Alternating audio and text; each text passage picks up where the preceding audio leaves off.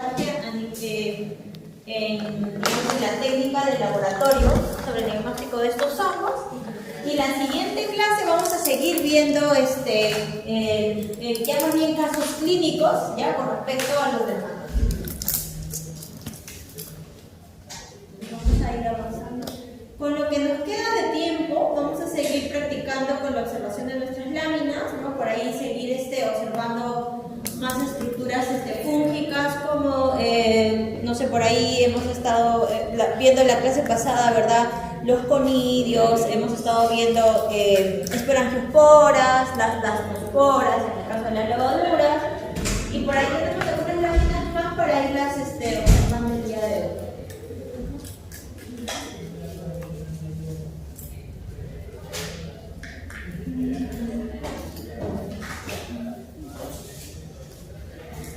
Entonces, vamos a ir avanzando con lo que son los dermatofitos. Como todavía no hemos tenido una clase teórica de dermatofitos, vamos a hablar un poquito sobre qué tipo de hongos son estos llamados dermatofitos. Los dermatofitos son un grupo de hongos que se llaman dermatofitos porque estos hongos afectan principalmente partes u órganos de la piel y órganos anexos, ¿no? Como uñas, como pelos, pezuñas, en el caso de los animales que tengan pezuñas, y se alimentan principalmente de la queratina de estos tejidos, ¿no? Por lo tanto se les conoce como organismos queratinofílicos, porque se alimentan de esta queratina, ¿no? Básicamente de lo que van a obtener de este componente de la queratina es el nitrógeno, ¿no? Porque hay que recordar que la queratina es una proteína. Y su forma de reproducción de estos hongos es mediante las artroesporas, es decir, por fragmentación, ¿no? Que es un tipo de reproducción asexual, ¿ya? No me puedo ver sobre estos, estos dermatofitos son los hongos más importantes en el caso de patologías de animales y también de humanos, ¿no? Son como los más comunes que se pueden, que nos podemos encontrar frente a casos de afecciones fúngicas.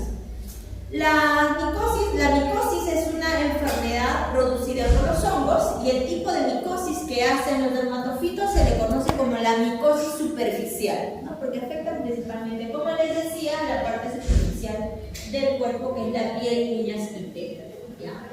Hay una forma de clasificar a estos dermatofitos que es mediante el hábitat donde estos habitan, ¿no? Como su nicho ecológico. Tenemos tres tipos de dermatofitos: los dermatofitos zoofílicos, que son aquellos dermatofitos donde se encuentran principalmente en animales, ¿no? En el cuerpo de los animales, piel de los animales, es ahí donde habitan principalmente, es como su nicho ecológico. Hay otro tipo que son los geofílicos, como por ejemplo el Microsporum gypsum, son algunas especies, ya que habitan principalmente zonas del suelo, ¿no? de ambientes terrestres. Y los antropofílicos, que van a ser algunos dermatofitos que habitan principalmente piel desnuda, ¿no? ¿Quiénes tienen piel desnuda? Piel, es decir, con poco pelo, el hombre, ¿no? Entonces van a ser un grupo de hongos que van a afectar principalmente pieles sin pelo. ¿Las razas sin pelo también cuadran acá, como las no necesariamente, ¿no? Las razas sin pelo casi no son afectadas por estos hongos, ¿no? Ambos, dentro del grupo de los dermatofitos hay tres géneros principales. Tenemos el género tricofito, el género microsporo y el género epidermofito. Estos dos primeros, tanto tricofito como microsporo, son los géneros más importantes que los vamos a encontrar en animales, ¿ya? Y en el caso del hombre, en el caso del humano, vamos a encontrar los tres tipos, incluido epidermofito. Pero el epidermofito en animales es muy poco probable, ¿no? Muy poco probable, casi no se encuentran casos. Bueno, tenemos diferentes especies. Miren, tenemos tricofitos, por ejemplo, el tricofito rubrum. La lista es mucho más grande, pero los más comunes tenemos a Tricofitum rubrum, Trichophyton mentagrophytes, Trichophyton tonsuras. Por ejemplo, el más común de los tres es el mentagrophytes, que lo vamos a encontrar principalmente en roedores, ¿no? Hay uno que es el Trichophyton verrucoso, que no está en esa lista, que los encontramos principalmente en animales mayores, en el ganado bovino, por ejemplo, en el ganado equino también. En el caso de los Microsporum tenemos al más común, el Microsporum canis, ¿no? El otro segundo más común de Microsporum es el Microsporum gibson. Y en el caso del Epidermophytum, el que es más frecuente y casi el único, por ahí debe haber otra especie más, pero no más, es el Epidermophytum flucoso, que como decíamos es principalmente en humanos, ¿no? ¿Cuáles son los tejidos que más afectan? En el caso de Trichophyton, por ejemplo, cabello, piel y uñas. Incluso pueden llegar un poquito más profundo de la piel, pueden por ahí abordar un poquito más adentro, digamos, de la última capa de la epidermis, llegando un tantito ya a la dermis, tantito pequeñito. En el caso del Microsporum, solamente de la epidermis para afuera, ¿no? Pelos, uñas, ¿no? Y la parte más externa de la capa de la epidermis, ¿no? Y Epidermophytum también, al igual que el Microsporum, pueden afectar piel, al igual que el Trichophyton, piel y uñas, pero pelo casi no, porque afecta principalmente, como les decía, a organismos que tienen poca pilosidad. ¿Ven? Entonces, acá vemos algunos ejemplos. Miren, Trichophyton verrucoso, en el caso del ganado bovino, principalmente en animales jóvenes, y las principales lesiones que vamos a ver son esta piel engrosada a manera de verruga, como si fuera la de un papiloma, ¿no? Parecido, ¿no? Con algunas otras características, pero las lesiones son muy parecidas. Incluso hasta a veces los podemos confundir y tendríamos que hacer un diagnóstico diferencial entre un papiloma bovino con una dermatofitosis por Trichophyton verrucoso. Y ahí tenemos una lesión en el caso de un canino. Miren, las lesiones que les contaba ayer, ¿se acuerdan? Zonas alopécicas, circulares, con descamaciones, ¿no? A nivel de la piel. Y bueno, y este es en el caso del hombre, ¿no? Que es también, miren, una lesión en forma circular, con descamación, y acá lo que incluso vemos hasta un poquito de inflamación, quizás, ¿no? Una coloración más rosácea. A ver. Entonces vamos a empezar a describir un poquito de cada especie, ¿ya? Tenemos al género Microsporum. El género Microsporum, la principal que se encuentra o se ha diseminado en el medio ambiente es el Microsporum canis. Es uno de los más comunes que podemos encontrar.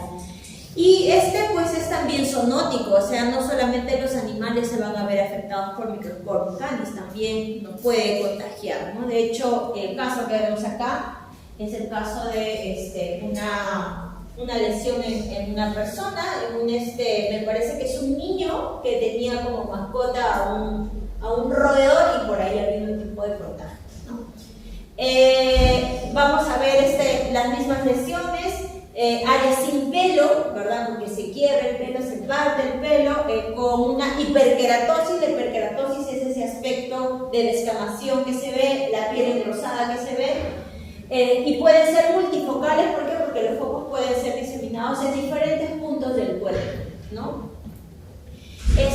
Microsporum canis es más patógeno que el Trichophyton, pero eso es relativo, ¿no? Más patógeno se refiere a que puede hacer un tantito más daño, pero bueno, eso es más que nada relativo. Es un patógeno sí oportunista, como todos los hongos. Los hongos, decimos, son patógenos básicamente oportunistas. Solo en ciertas condiciones podrían desarrollarse o afectarnos, ¿no? Principalmente cuando estamos en inmunosupresión.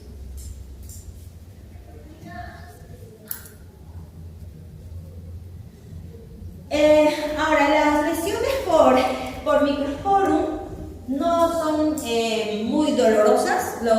Las únicas afecciones que vamos a ver pues, son las lesiones que acabamos de describir, esa forma, ese aspecto circular, ¿no? Blanquecino, engrosado, pero no suele tener mucho dolor, ¿no? ¿Por qué? Porque si es la zona más superficial de la piel lo que va a afectar, hay que recordar que ahí vasos sanguíneos ya casi no llegan, terminaciones nerviosas casi no llegan. ¿Dónde llegan esos, digamos, todos esos conexiones? Es a nivel de la dermis, ¿no? Pero no a epidermis, que es más afuera, no al pelo, no a la parte de la uña, ¿no? Entonces, casi dolor no va a haber.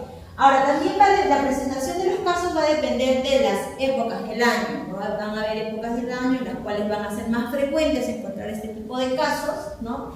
En nuestro medio, por ejemplo, acá dice otoño-invierno, que digamos es un ejemplo de otras partes del mundo donde las estaciones son bien marcadas, ¿no? Cuando hay invierno, cuando hay otoño, cuando hay verano, ¿verdad?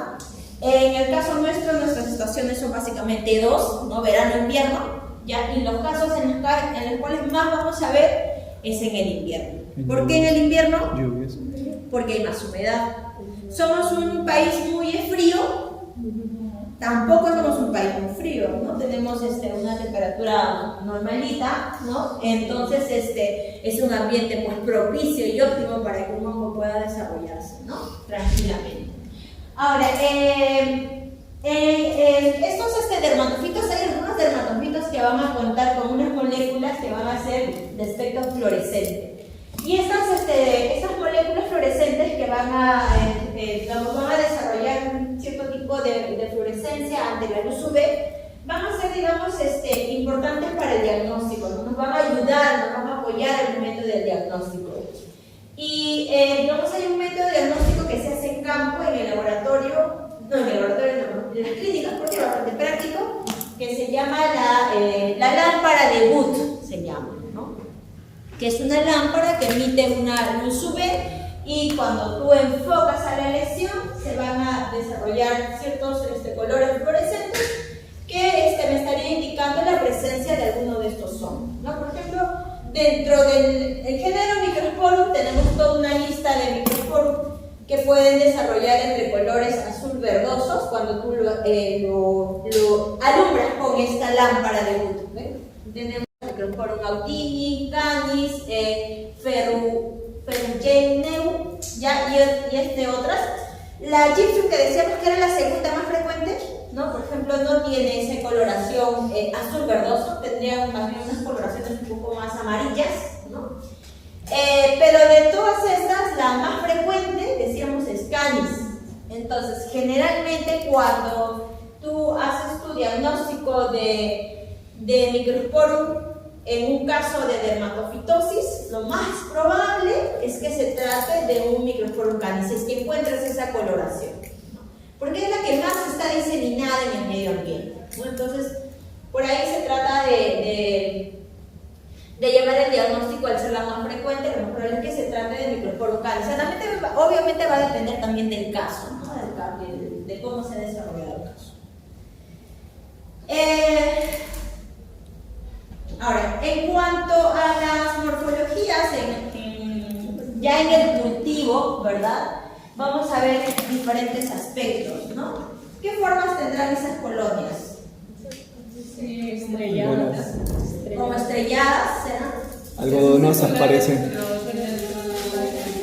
No es tan algodonoso como otros, hay otros que sí son bastante así, esos algodones estirados, ¿no? Más bien como aterciopelado podría ser, pueden tomar colores así entre blanco, va a depender también en el medio en el cual se cultiva. Estos colores, miren, un poco más amarillos, colores naranjas, de colonias sumamente grandes, ¿no? Como estrelladas. También va a depender del tiempo de incubación para desarrollar estos pigmentos, ¿no? Digamos, acá tiene menos tiempo de incubación y ya para verlo de este color así naranja hay que dejarlo más tiempo de incubación y va a desarrollar mejor sus pigmentos, ¿no? Se describe como una colonia hialina porque las hifas no van a tener pigmentos. Si yo le doy la vuelta a la placa va a ser del mismo color de la parte superficial, ¿no? Hacen sus micelios aéreos, ¿no? Al ser un pluricelular, pues hacen la parte de las hifas van a desarrollar hacia arriba y bueno, el pigmento amarillento, ¿no?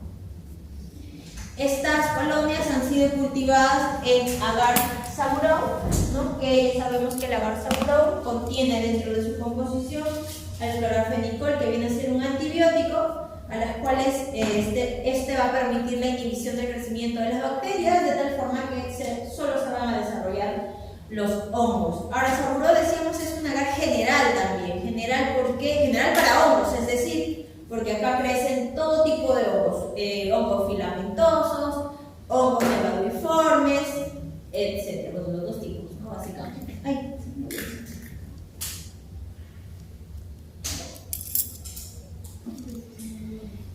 Miren, acá tenemos otras imágenes, ese aspecto algodonoso, blanquecino, emulado, y el otro también puede desarrollarse los pigmentos amarillos, como veíamos, ¿no?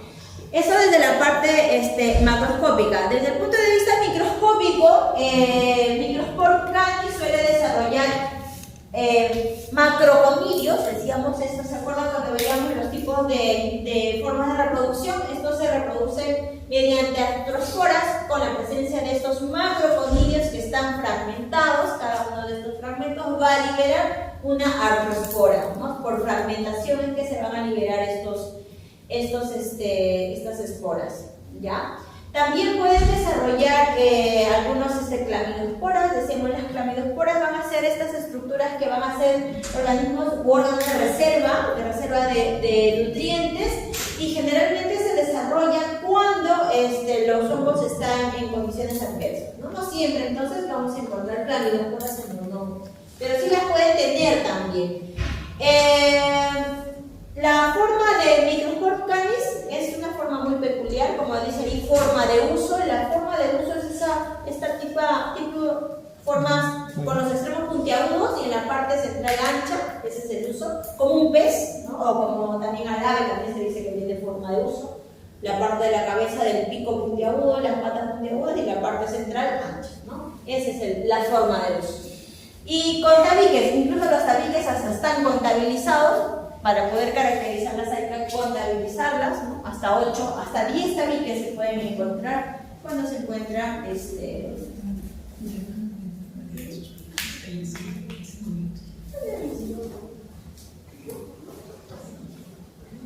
En el caso del Microsporum gypsum, ya, Microsporum gypsum puede afectar a diferentes animales, pero digamos donde mayormente vamos a encontrar a gypsum es en el ganado equino, ¿no? Las zonas donde más afecta a este Microsporum gypsum también es zoonótico, ¿no? Entonces hay que tener cuidado.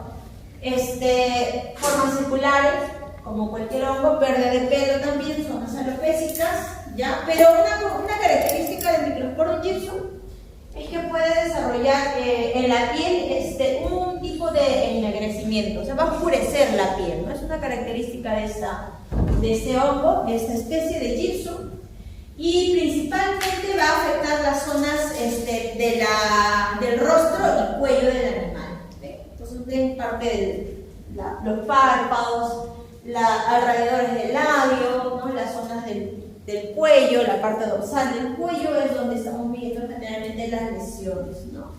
Afecta principalmente a animales jóvenes. Hay que recordar que los animales jóvenes muchas veces, en el caso de los potros, por ejemplo, son animales muy nerviosos y al estar, digamos, en estas condiciones de manejo se suelen estresar rápidamente y sus defensas pueden bajar, ¿no? Y pueden desarrollar quizás ciertos tipos de micosis.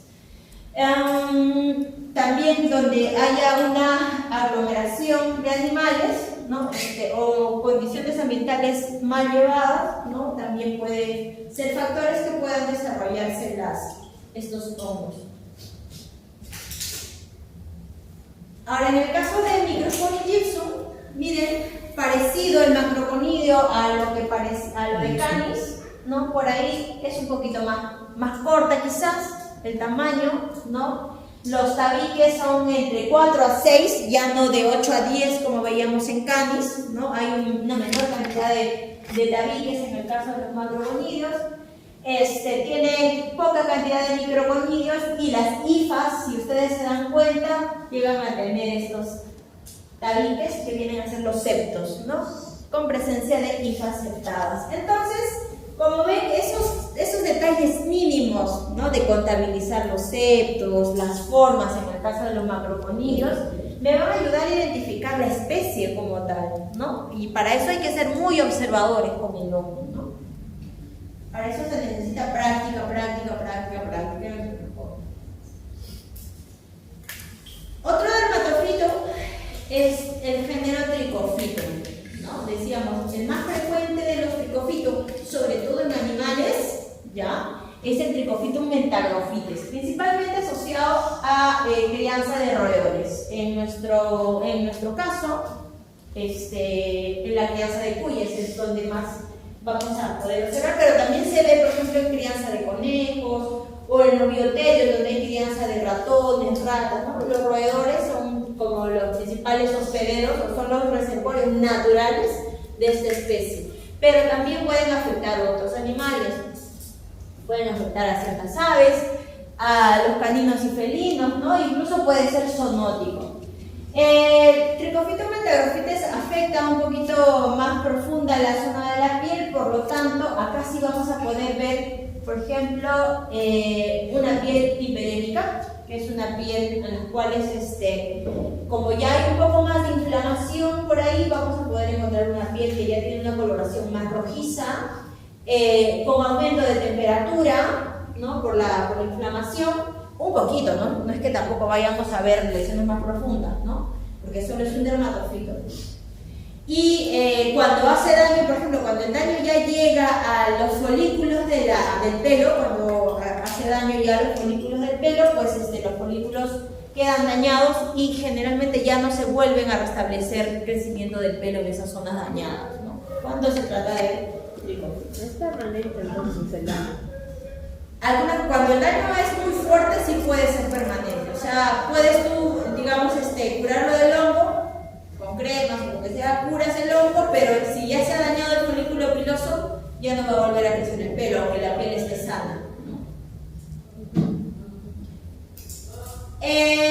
Trichophyton, a diferencia de microsporos, los mohos van a ser de color más claro. Miren, un moho blanco, acá sí es más algodonoso, como forma de talqueado, ¿no? Como si tuviera rociado talco encima del moho. También van a ser hialinos con tabiques septados, hifas septadas, ¿ya? También van a desarrollar macrogonidios porque su forma de reproducción son las artrosporas, es decir, por fragmentación, ¿no? A diferencia de microsporos, que es lo que vimos el otro dermatofito primero, acá hay una mayor cantidad de estas esporas libres, que se llaman microgonidios. Miren, hay una mayor cantidad que la anterior, ¿no? Y en el caso de los macrogonidios también vamos a encontrar pequeñas diferencias, ¿ya? Por ejemplo, la pared del macrogonidio es más delgada que la del microsporum. Miren, esta pared del macrogonidio de Trichophyton, miren esa pared delgadita con esta de acá. Miren esta pared, a esta pared me refiero. ¿Se dan cuenta? Acá es sumamente grueso, se puede delinear muy bien, se observa muy bien. Y en el caso de Trichophyton, no hay, ¿no? Ni siquiera hay, no hay, debe haber, pero pues es bastante delgada, ¿no? El número de septos también va a ser variable, ¿no? Vamos a encontrar igual 4 hasta 6 septos por allí en el caso de las separaciones del macrogonidio, los microgonidios desarrollados y facetadas. Y también otra cosa particular de este hongo es que las hifas van a tratar de hacer como ondulaciones, ¿no? Vamos a encontrar hifas onduladas, ¿no? Bueno, esto es una representación gráfica, lo real, a veces detectiva, realidad, y esta realidad bonita todavía, ¿no? Por ahí cuando nosotros encontramos a veces no se ve necesariamente así, ¿no? Hay que observar otros aspectos. Ahora, cuando uno hace una caracterización de un hongo, como les decía, tiene que empezar desde la parte macroscópica, ¿ya? Porque si solo veo la microscopía, es muy difícil de determinar la especie o el género, ¿no? Porque hay varios que son parecidos o son iguales, o solamente encuentro esporas y no sé de qué se trata, ¿no? Pero caracterizarla desde el moho, yo ya puedo ir viendo qué especie es. Este es el otro Trichophytum en veterinaria, que es el Trichophytum verrucoso, que es bastante frecuente en animales jóvenes, sobre todo en la ganadería intensiva, donde los animales están aglomerados, ¿no? Y miren este aspecto engrosado de la piel, ¿no? Como verrugas, zonas también, igual que el Microsporum gypsum, zonas del cuello, zona dorsal del cuello, párpados y los alrededores de la boca son, digamos, los lugares donde se va a encontrar generalmente estos focos, ¿no? Estos focos de hiperkeratosis, piel engrosada por los depósitos de la queratina que utiliza este hongo para alimentarse. Hay otro Trichophytum también importante en veterinaria, que es el Trichophytum equinum, que se encuentran generalmente en animales adultos, en el ganado equino adulto, ¿ya? A diferencia del gypsum, ¿no? Del Microsporum gypsum. El Microsporum gypsum, que también afecta equinos, afectaba equinos jóvenes, ¿se acuerdan? Equinos jóvenes, ¿no? Zonas del cuello, el rostro. Trichophytum equinum, lomo. ¿Ven? Ese ya no es cuello, ese es un poquito más atrás, ¿no? La parte más gruesa de la piel en un animal, ¿no? Zonas dorsales. Acá tenemos las diferencias entre ambos géneros, ¿no? El Microsporum y Trichophytum, que son de los más comunes en veterinaria. Comenzando con el número de microconidios, escasos microconidios en el caso de Microsporum, y en el caso de Trichophytum generalmente una mayor cantidad de microconidios, ¿no? Otra diferencia en el caso de los macroconidios verrucosos, dicen, ¿no? Como si fueran unas puntitas por ahí, lo que le llaman, por eso le llaman verrucoso, y esto es como que más liso, más redondeado, ¿no? Incluso esto también le describen como macroconidio en forma de habano, ¿no? Tiene esa forma de habano. O macroconidios globosos, como dice ahí, las hifas septadas en ambos casos, pero hifas en espiral en el caso del Trichophytum, ¿no? Las hifas son más rectas en el caso del Microsporum. Y bueno, también les contaba sobre la pared, ¿no? Una pared bastante gruesa en Microsporum y una pared muy delgadita en el caso de los Trichophytum a nivel de sus macroconidios. Este de acá es el tercer dermatofito, que es el Epidermophytum flucoso, en la especie macro. Este también es un género que hace macroconidios aún más globosos que lo de Trichophytum, ya, entre 3 o 4 tabiques nada más. Es un poquito más corto, más chiquito, pero generalmente estos aislados son aislados en caso de humanos, ¿no? Miren su forma macroscópica. Parece más bien un hongo más, no tan polvoso, sino más bien como reseco, ¿no? Tiene un aspecto como quebradizo, ¿no? Y en las otras son colonias un poco más amarillentas, naranjas, pequeñas. No sé cómo. Yo, la verdad, nunca he visto un Epidermophytum en forma macroscópica. Los que más he visto son los dos anteriores, ¿ya? Pero si alguna vez tengan la oportunidad de ver, pues ya saben dónde se pueden apoyar, ¿no? Aterciopelados, muy virulentas, como dice acá, ¿ya? Lo más probable es que sí sea típico de los hongos, ¿no? De los hongos pluricelulares.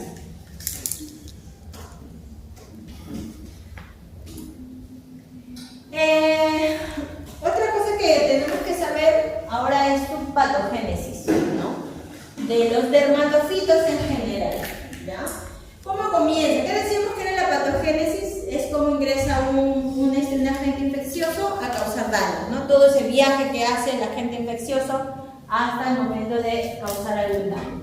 Entonces, la patogénesis comienza por la llegada de una espora a nivel de la piel. Básicamente el contagio es por contacto directo, ¿no? Si me toca directamente una espora a mi piel, pues comenzaría el proceso de patogénesis. Una vez que la espora te llega a tu piel, hay un promedio de incubación, de iniciación de la infección entre 1 a 3 semanas, ¿no? en las cuales va a iniciar el proceso de infección de esta espora. ¿Cómo se llaman las esporas? En el caso de los dermatofitos, el tipo de espora es la artroespora, ¿no? O también le conocen como artroconidio, ¿no? Su primera fase se llama la fase de adherencia, en la cual se van a adherir estas artroesporas al hospedador mediante enzimas adhesinas fúngicas que tiene este hongo, ¿ya? Y puede tener diferentes tiempos de receptor de las células, ¿no? Entre 2 a 6 horas las células van a estar, digamos, en contacto, o digamos, sus receptores van a ir reconociendo a estos hongos. La parte más superficial. En la segunda fase tenemos la fase de germinación, ya cuando estos comienzan a reproducirse y comienzan a introducir o a formar sus hifas y comienzan a introducir un estrato más profundo de este epidermis, ¿no? Entre 4 y 6 horas ya comenzarían con estos procesos de germinación y luego introducción de las hifas a ese nivel. Entonces, en estos momentos se van a producir sus enzimas propias del hongo, que son enzimas queratinolíticas, que son enzimas que van a degradar proteínas de ese nivel, como queratinas, como otro tipo de proteínas que pueden estar involucradas en ese nivel, queratinasa, manasas. Estas son las enzimas, ¿no? Las enzimas del hongo. Y al hacerse daño a estas capas queratínicas, es lo que le da ese aspecto de descamación, ¿no? De la piel. Y estos dermatofitos se alimentan básicamente de queratina, porque de esta queratina van a obtener fuente de nitrógenos, ¿no? Es lo que les contaba al inicio. Y por último tienen una fase de invasión. La fase de invasión es la fase en la que ya va a llegar a otros niveles de la piel, ¿no? No solamente se va a quedar en la parte en la capa córnea del epidermis, sino va a empezar ya quizás a afectar a folículos pilosos, a las glándulas sebáceas, ¿no? Ya más bien a nivel de dermis, ¿no? Y ya si llegaría a esos niveles más profundos como folículos pilosos, ya el daño es mayor y muchas veces los tejidos ya no se pueden regenerar.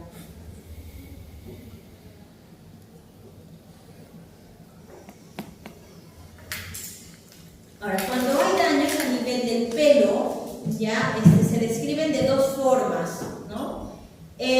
Cuando el pelo es invadido por estos hongos, hay de dos tipos. Hay uno que se llama el tipo ectotrix, cuando las esporas se liberan sobre el pelo, ¿no? Y luego tenemos un tipo endotrix, cuando las esporas ya invaden el interior del pelo, ¿no? Entonces, cuando llevamos al microscopio, cuando le hacemos este examen directo, vamos a ver en el interior del pelo estructuras redondeadas que van a ser parte de las esporas, e incluso se pueden encontrar restos hifales también, ¿no? Que digamos son sus estructuras de invasión. ¿Cuál es más invasivo? Pues el tricofito, que es un hongo más invasivo que el microspor, casi microspor más de tipo ectotrix, y tricofito llega a ser muchas veces endotrix, ¿no? Cuando ya hace a nivel interno el daño a nivel del pelo.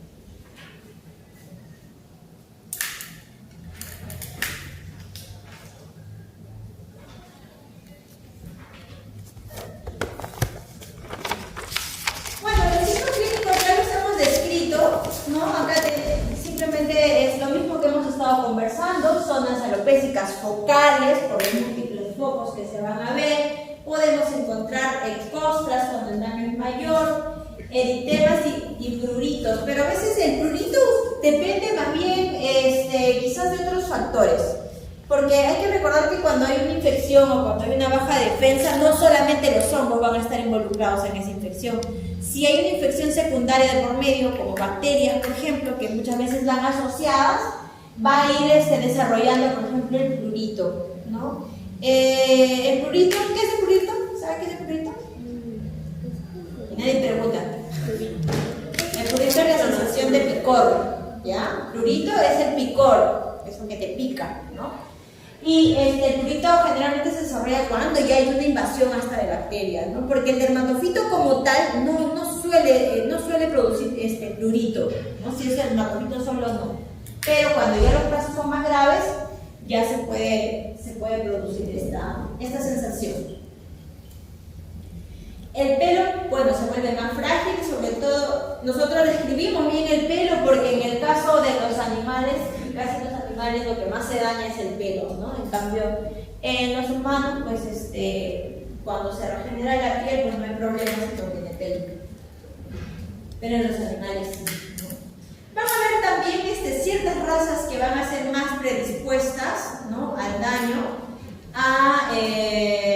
pero básicamente porque hay que recordar que hay muchas razas que al ser tan manipuladas genéticamente, lo que se ha provocado es que también su sistema inmune se vea involucrado, ¿no? Son muy bonitos quizás de aspecto fenotípico, pero de la parte fisiológica pues han quedado no tan bien, ¿no? Entonces son muy sensibles, y una de ellas es por ejemplo el Devon Rex.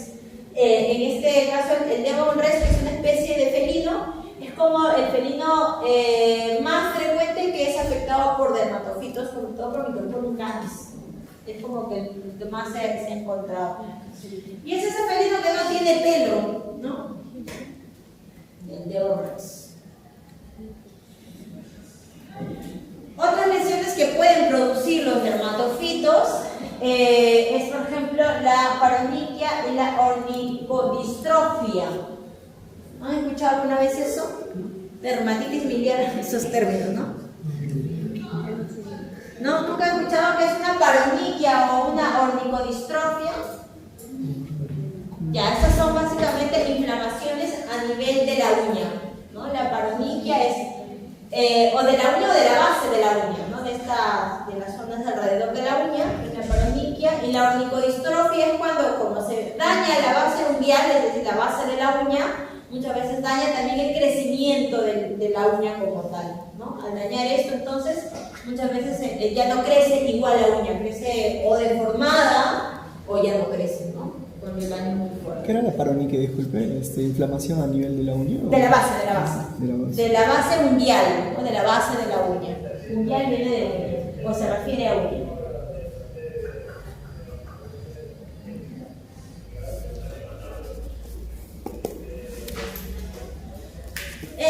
Tenemos múltiples huéspedes en el caso de los dermatofitos, ¿no? Principalmente los animales domésticos son los más susceptibles a la dermatofitosis, ¿no? Pero también pueden afectarse algunas aves e incluso algunos reptiles bajo ciertas condiciones, ¿no? Pero los más afectados son los animales domésticos, mamíferos sobre todo. La presentación de una dermatofitosis es básicamente pleomórfica, ¿no? O sea, es decir, de diferentes formas, por lo que tenemos diferentes huéspedes, ¿no? Ganado bovino, cómo se ven las lesiones. Esto lo van a leer ustedes, ¿no? Es básicamente lo mismo que hemos estado conversando, pero enfocado a cada ganado, ¿ya? O a cada grupo animal. En el ganado bovino, por ejemplo, decíamos los más frecuentes: tricofito, verrucoso, ¿no? También podemos encontrar metalofitas, pero más frecuente verrucoso. ¿Cómo se ven las lesiones? ¿Dónde se ven las lesiones? Ya eso lo van a tener que leer ustedes, ¿no? Ya no vamos a repetir lo mismo.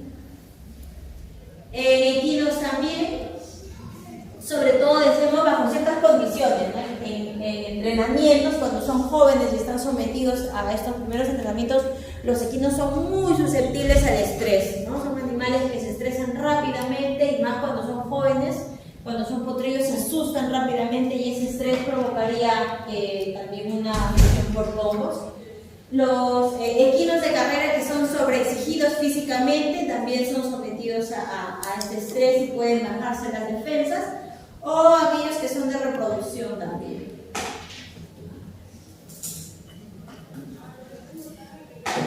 Algunos dermatofitos más frecuentes en equinos, acá está, Microsporum equinum, Trichophytum equinum, Microsporum gypsum también.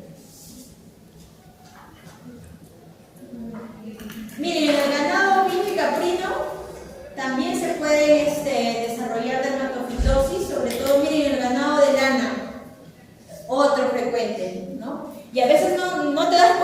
que le hacen la esquila, ¿no? Que se hace, no sé, 2 veces al año. Una vez que le ves recién las lesiones, te das cuenta que tu ovino ha estado afectado por dermatofitos, ¿no? Con las lesiones nodulares.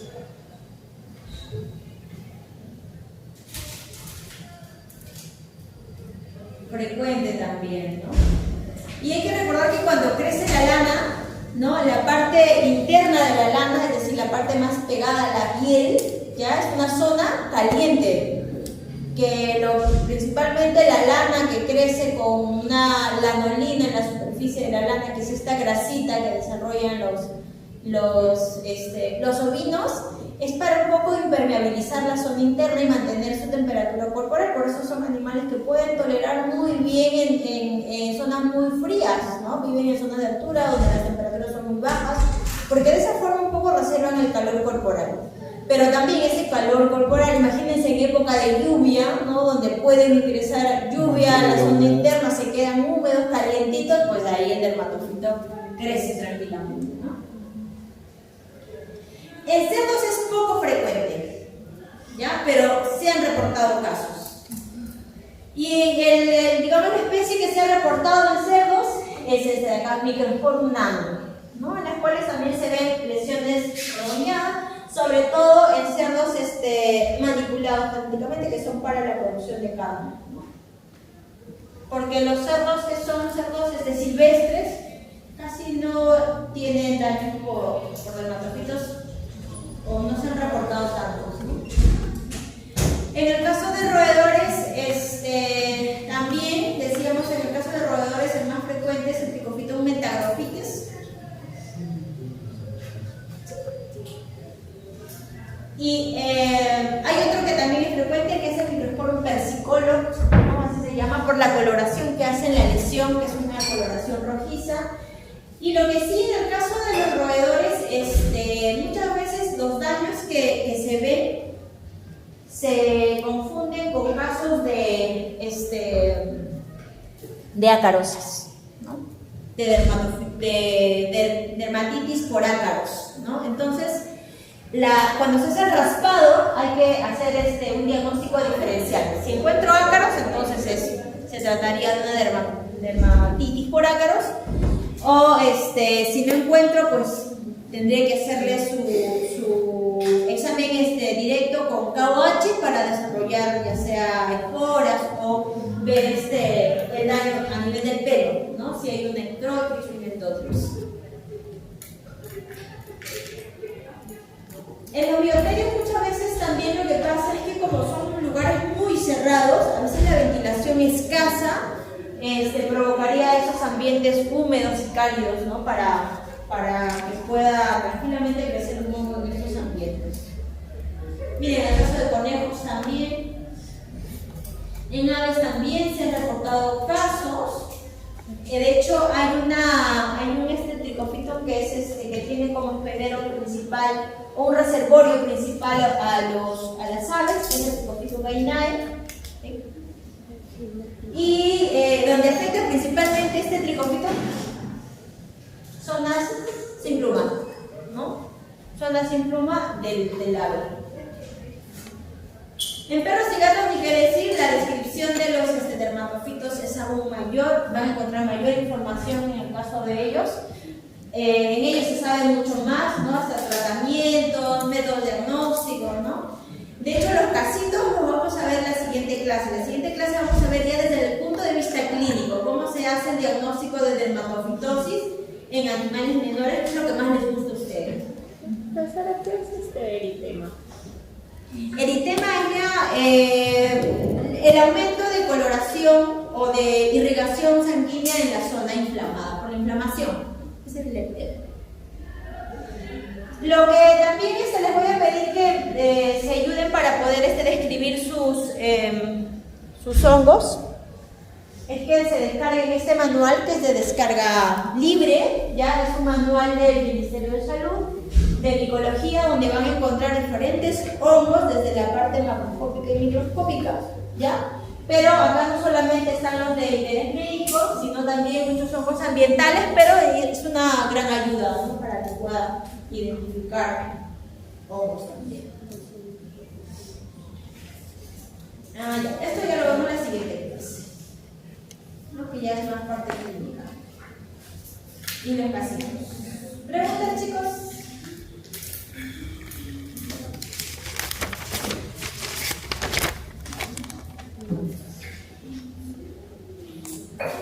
De hecho, la dermatofitosis es la enfermedad fúngica más frecuente en animales y humanos.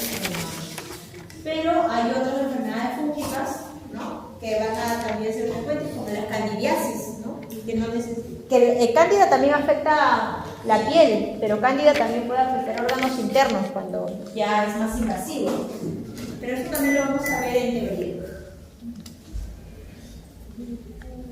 Listo, chicos. Entonces, lo que vamos a hacer ahora, van a revisar nuevamente sus placas macroscópicas. Y ahora sí, como ya sabemos cómo se ve, digamos, la parte macroscópica del dermatofito, van a caracterizar si tienen sí o no un dermatofito. De hecho, tienen un medio de cultivo específico para dermatofitos, ¿no? Que es el que tienen acá. Ayer ya lo hemos estado revisando, se supone que hoy día han tenido que buscar información sobre cómo funciona ese medio de cultivo, ¿no? En algunos ha cambiado de color. ¿Por qué ha cambiado de color? ¿A qué se debe? En algunos no. ¿A qué se debe también? Y luego vamos a seguir revisando láminas. Ya de hecho, ahora tenemos más láminas, más variedad de láminas, para poder seguir practicando con la visualización de nuestras esporas.